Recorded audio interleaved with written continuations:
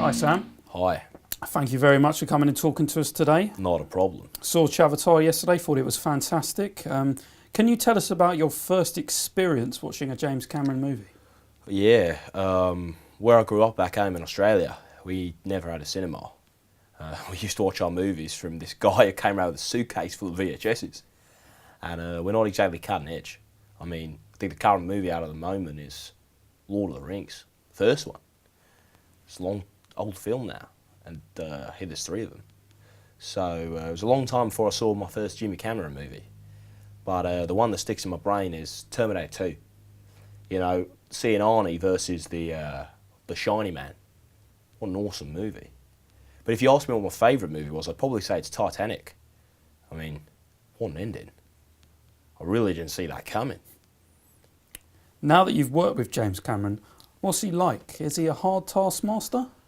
Jimmy knows what he wants. You know, the guy's a legend, true visionary. And he'll have you working hours to get it right. You know, in his brain, he sees that this pint of lager's there.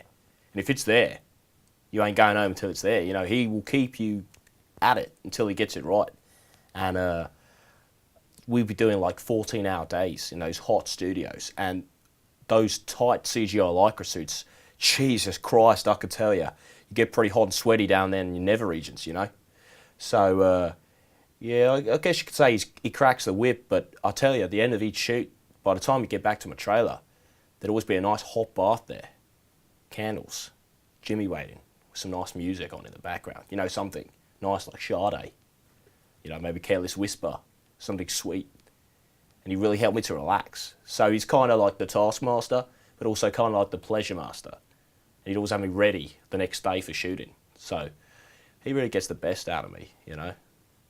Definitely. Good. Your character, Jake Sully, could you introduce us to him? Like, what's he like? Jake Sully is an ex-Special Forces police officer.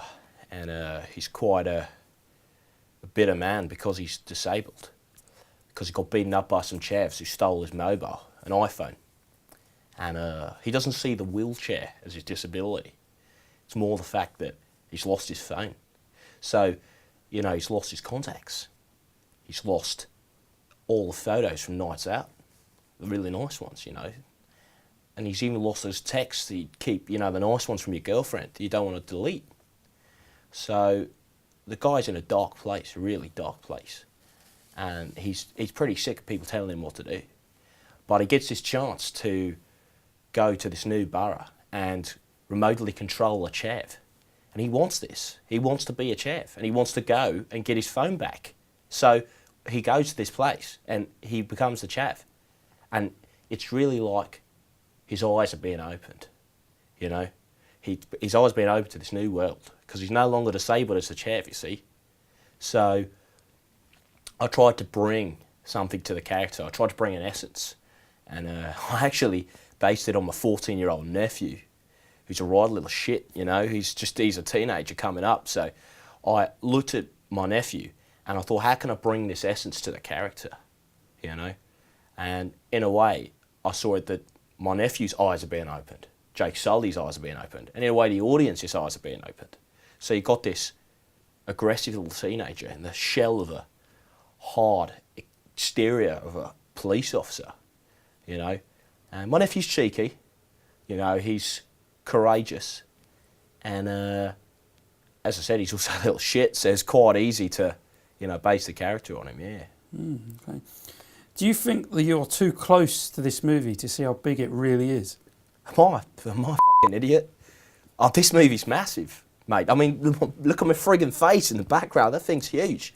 It's going to be on billboards, buses, everywhere, mate. Now, I know what James has done here. This is a steamroller, tell ya. This is going to knock him dead. What was the most difficult aspect of filming Chavatar? Most difficult aspect of filming Chavatar was the fact that when I was doing my acting, it was just on a green screen.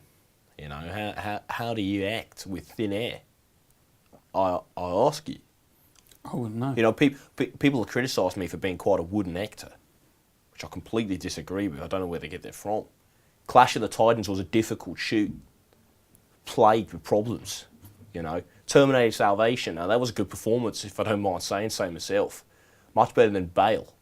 What's he playing at? He was boring. Bloody rubbish. You know, go back to Batman with your deep voice. But what I'm saying is, as an actor, I have to prove myself.